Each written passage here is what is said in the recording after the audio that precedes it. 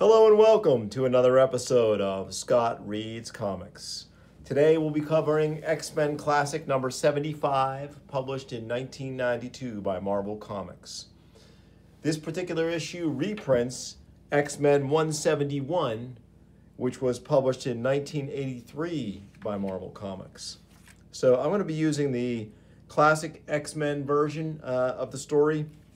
I do have access to this True Believers number 1, which also reprints the story, but it has glossy paper, so we're going to skip that and stick with the printing version in this classic X-Men Classic issue. So at this point, the Classic X-Men / X-Men Classic title pretty much had become a straight reprint title with no new material save for a new cover. In this case, our cover was provided by Adam Hughes. Pretty excellent cover, which recounts a scene from actually inside the story. Welcome to the X-Men Rogue. Hope you survived the experience. There is no additional material beyond this new cover, and in fact, they don't even reprint the original cover, which is reprinted here on this True Believers in this issue. They had been doing that for a little while, but somewhere along the way, they lost even the extra page count for that. So diving in, our title of this story is Rogue. And our creative team, a Stan Lee presentation starring the Uncanny X-Men, brought to you by Chris Claremont, scripter, Walt Simonson, guest penciler, Bob Wycheck, finisher, Tom Orzechowski, letterer, Glynis Wein, colorist, Louise Jones, editor, and Tom DeFalco, editor-in-chief during the time that this was reprinted. So we have our incredible splash page. This is one of the few Uncanny X-Men stories Walt Simonson did prior to taking over X Factor or starting the X Factor title. I think actually he took it over from Jackson Geist, the artwork on that title, at a later point. It originally started out as a Jackson Geist art. Jackson Geist did the art on that book. So here we have Walt Simonson guest pencils, excellent splash page here with Storm wearing the leadership vest of the Morlocks. In the previous issue, she just defeated Callisto, leader of the Morlocks, to take control of the subterranean mutant clan. She says, "Morlocks, by right of combat, I, Storm, am now your leader. My word is law." Stunning Walt Simonson artwork in this one. Remember picking it up off the rack and being blown away as a kid and just reading it over and over. "If you wish to live apart from humanity in these tunnels 1,000 feet below the streets of New York, then so be it. But no more will you treat its inhabitants as prey. You will not attack them for money or for sport. You will not steal their children to swell your ranks. You will not kill them." And an unnamed Morlock says, "They hunt us. We're mutants like you, Storm, outcasts, hated simply because we exist. Why shouldn't we give as good as we get? Because I forbid it. Are any of you here willing to challenge me? I thought not. If you would have peace and a secure future, Morlocks, trust me, do as I command. The alternative is too terrible to contemplate." So here, Storm is starting to change, and she has been for the last few months since they got back from space and the whole Brood saga. And she proved that in the previous issue when she stabbed Callisto through the heart during their trial by combat, which was to the death. Callisto, shown here, only survives because the mutant Morlocks have a healer among them who can knit wounds. And here Callisto's gotten herself up because, like Wolverine, she's a tough feral mutant as well. But Storm warns her, "We have crossed knives once, little mutant. Don't push your luck. Sunder, put your mistress back to bed. And this time, make certain she stays there." Great shot of Sunder, the super strong Morlock. Nightcrawler is not happy about what he sees, the changes in Storm. Storm says, "We were enemies the moment we met, Nightcrawler. We shall remain so till the day we die. Nothing I do or say will ever change that." Nightcrawler thinks to himself, "Perhaps, but the Aurora I remember would have at least tried." So here there's a lot of fretting over this change in Storm, and that's going to move forward into the issues where they go to Tokyo to meet Wolverine for his wedding. Here we have a scene shift to Anchorage, Alaska, and Madeline Pryor, the Jean Grey lookalike that Scott Summers / Cyclops has fallen in love with.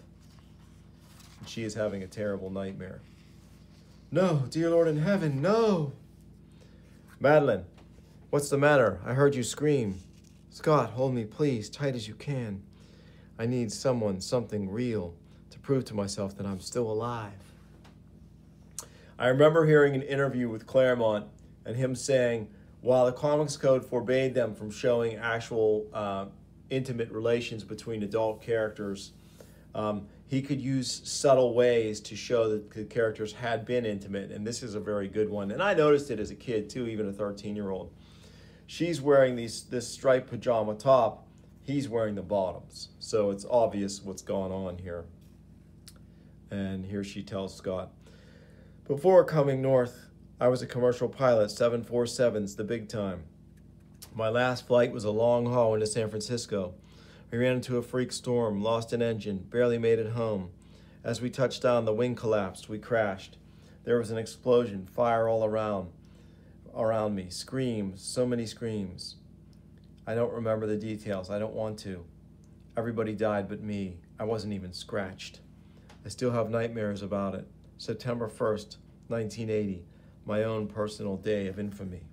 And Scott thinks to himself, but that's the day Jean Grey died. So there's a lot of parallels, disturbing parallels going on there. We're going to shift scenes again. Beverly, Massachusetts, a suburb of Boston, the home of Joseph and Marie Danvers. When will we see you next, Carol? Hard to say, Dad. I'll be moving around a lot to some pretty hairy places. Stay in touch, will ya? We'll miss you. I'll miss you too, Dad. Take care, Carol. Even superheroes aren't immortal. Don't I know it? Is everything all right, dear? You've seemed different lately. I'm fine, Mom, really. I never could fool her. When I was Ms. Marvel, she recognized me right off the bat, and now she knows I've changed. If only she knew how much, for good and ill. Charles Xavier did his best to restore my memories after Rogue had stripped them and my powers from me. Thanks to him, I remember pretty much all of who and what I was. But there are no emotions to go along with them. Where once I loved them with all my heart, I feel a vague affection. That's what Mom noticed. What disturbed Mom and outrages me.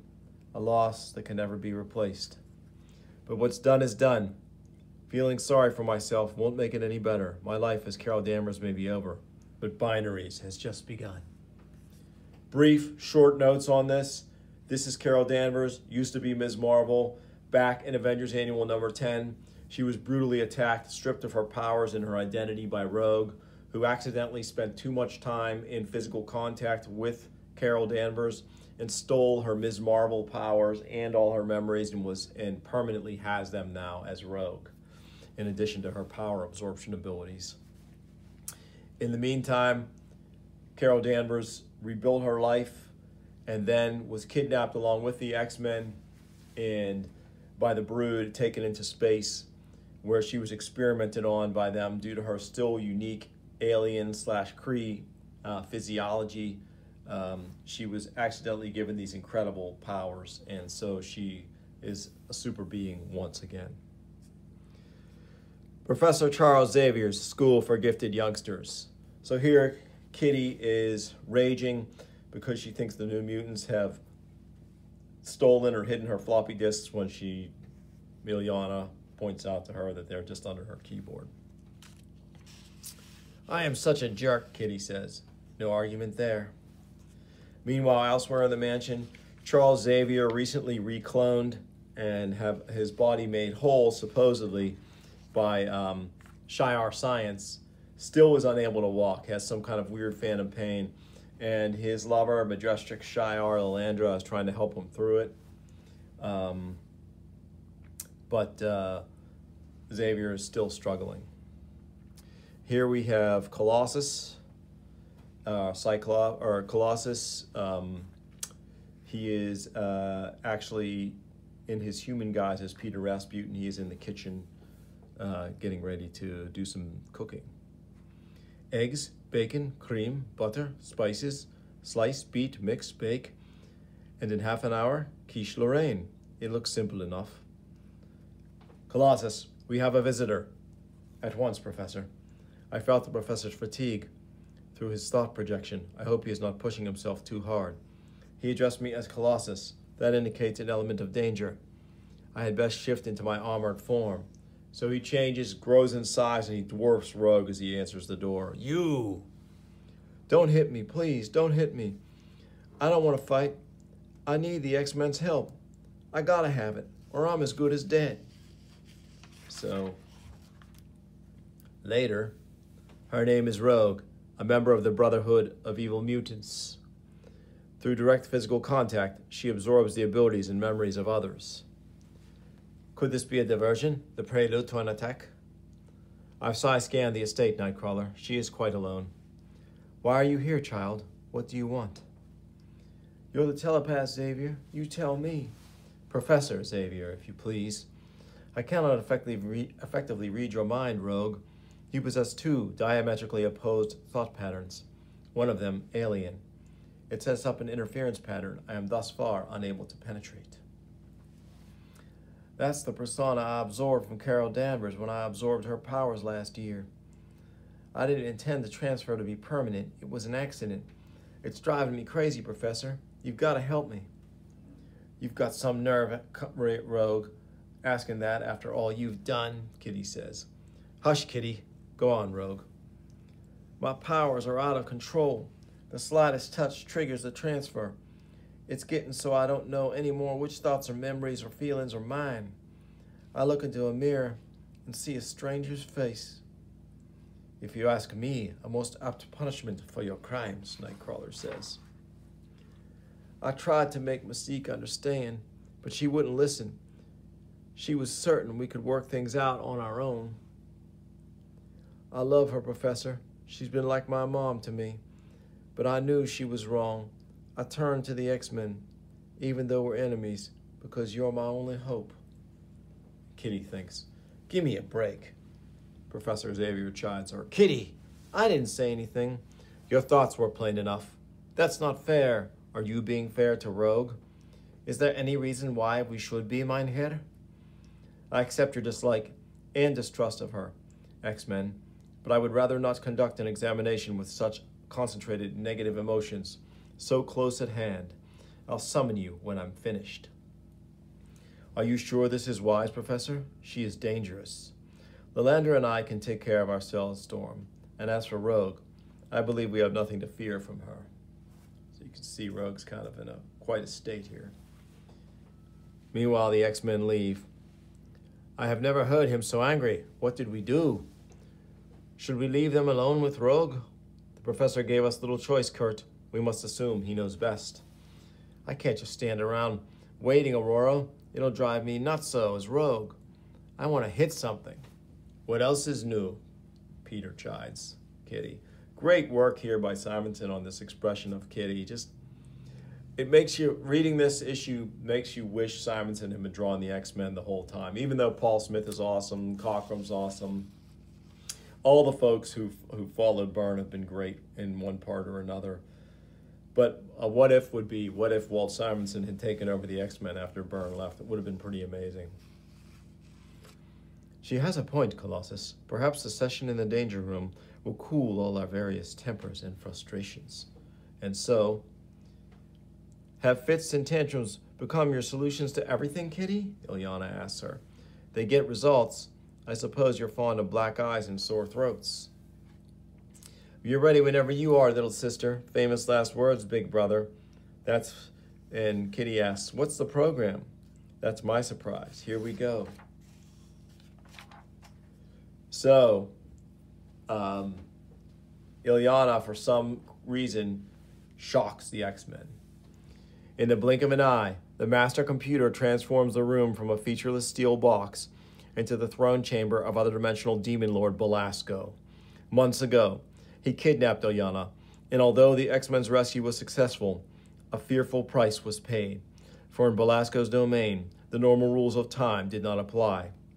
What to the X-Men was a visit of a few hours was to Illyana an exile lasting years. She entered a child and emerged an adolescent. What happened in between, only she knows. She and the sorcerer she called Master. Belasco, she whispers. Illyana, have you flipped? What could you have been thinking of? Kitty asks. I'm aborting your sequence, reverting the room to normal. Did you do this intentionally, Illyana? Was this your surprise? You scared the life out of me, and I'll bet the others as well. Belasco's one creep I never want to see again, even as a holographic illusion. I figured you'd feel the same. Hey, Illyana, you okay? So a change comes over her. Her eyes are glowing red, and suddenly she manifests a crazy sword. This is the first appearance of her soul sword power.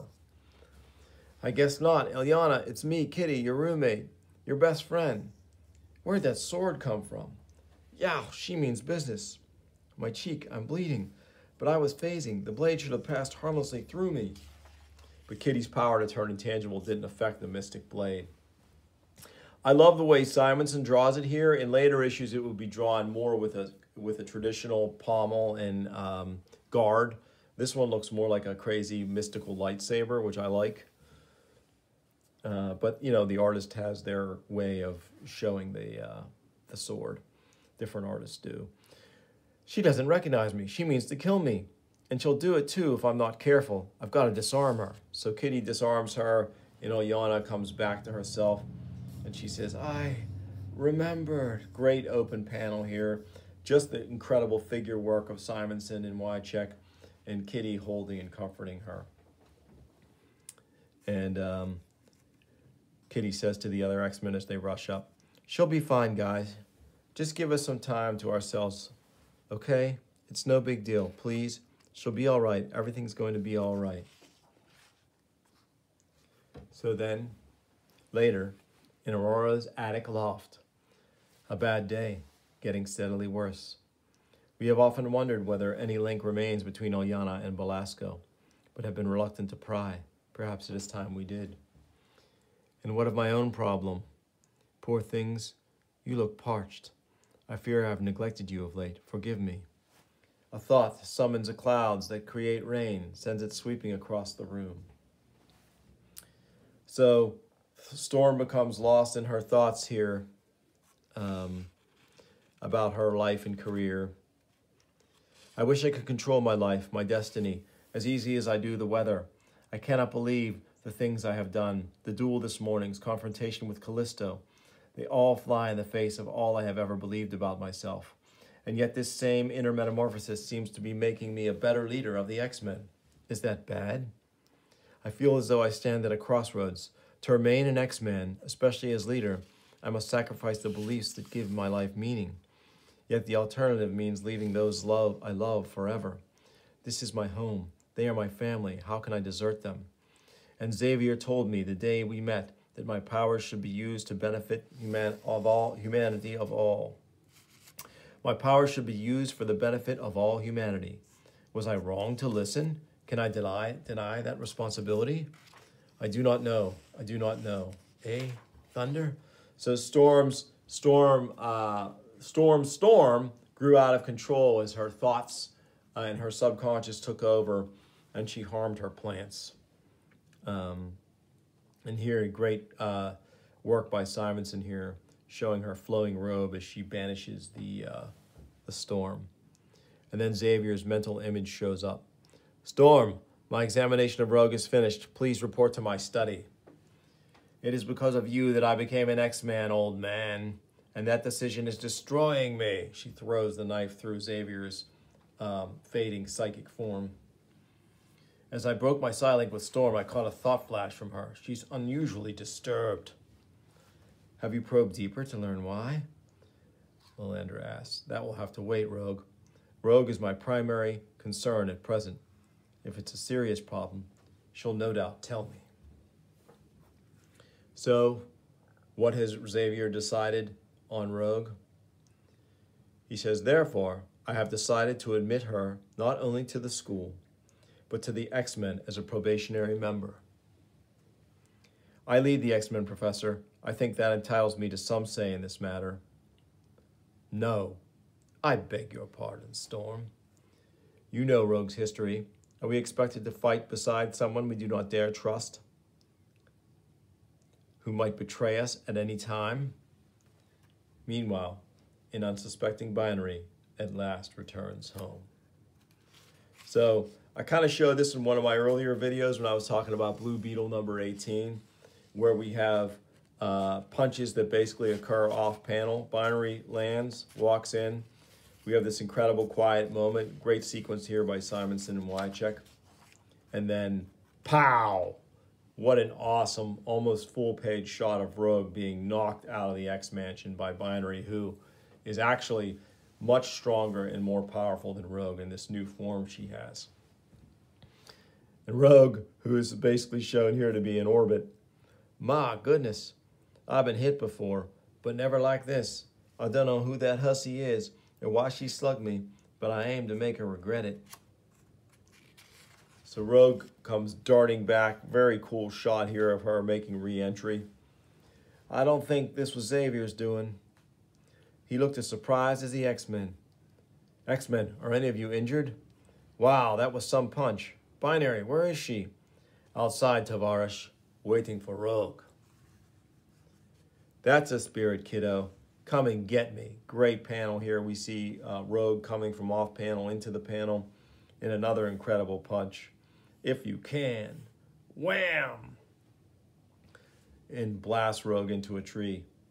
Binary, no more. Let me go, you big lummox. I don't want to hurt you, Peter. You will have to if you wish to continue this fight. Is that what you want? I want vengeance, Peter. Is that so wrong? So long as Rogue remains under my roof, Binary, she has my protection. How can you say that, Charles? You know better than anyone what she did to me. The child repents, my friend, and she has been forgiven. Behold, our newest X-Man, Storm says. Is this true? I wouldn't have thought you capable of such cruelty. What are you talking about? What's my life got to do with you, huh? We never even met before today. Perhaps this will help. Carol Danvers, the woman whose life you destroyed, Rogue. Except that now I possess the power to do the same to you. Professor, if Rogue stays, I go, Storm says. My apologies, Herr Professor, but we all go. I see, Professor X says from off panel. We pick and choose who we help. Is it that it? Some are worthy, others not. Who was it, Aurora? Told me Wolverine was an X-Man not because of his sterling character, but his potential for good. That to deny him, though we abhor his violent nature, would thereby deny our true reason for being, which is to help him achieve that potential. The same argument holds for Rogue, does it not? Of course, there's a risk in accepting her, but consider the alternative. At least with us, she has a chance for a better life. Deny her, and we condemn her outright. And that I will never do to any mutant, so long as breath remains within me. I trust you as I would my own father, Professor, so I will put aside my fears and give Rogue her chance. I ask my friends to do the same. I will, if I have to, but I won't like her, ever, Kitty says. All right, mein Herr, you win? Xavier asks. Carol? What do you want from me, Charles? Understanding? Approval? I'll concede one, but not the other. Rogue tore my life, my very soul, to shreds, and those scales can never be balanced. I'm sorry. I'm just not that forgiving. I have nothing to lose here, Charles. No real ties to break. That makes my decision easy. I'm not an X-Man. And all of a sudden, I'm glad. Great panel here, and Rogue asks, will she be back? In her own time, perhaps, Fraulein, when the hurt is less. Aurora, Xavier asks. Carol is right and you are right, Professor. So which is the better road to follow? Like all of you, that's a decision I must make for myself. What now, Wind Rider? Would that I could soar home, free and uncaring as a bird, to the woman I was, the life I led. Does every adult yearn so for childhood? Every person face such awful dilemmas? I wish I were the goddess men thought me in Africa, for then, with a wave of the hand, I could cure every ill, make everyone happy. But I am only human, and must therefore cope like everyone else as best I can. This is my moment of truth. I want to leave, yet duty demands I stay, though that means accepting rogue. Whatever I choose, I will no longer be the woman I was. But what will I become? Aurora or Storm? Which is it to be? Next, Scarlet and Glory. And the next issue, Paul Smith returns. Very cool. I love the Walt Simonson art in this issue, in the Bob Wycheck pencils, the lettering, the inking, the coloring, everything is great. But the real star of this issue is Chris Claremont's script. And he is guilty often of overwriting, but in this story it really works well. And there isn't a ton of action, but what action there is pretty incredible. And this really is among, I would say, my top 10 favorite X-Men stories, standalone stories of all time. Just an incredible introduction for Rogue into the X-Men, with a tremendous artist handling the chores on the issue. So this has been X-Men Classic number 75, which reprints X-Men 171. I hope you enjoyed the video. If you did, like and subscribe, and I will bring you more soon on Scott Reads Comics. Thanks for watching.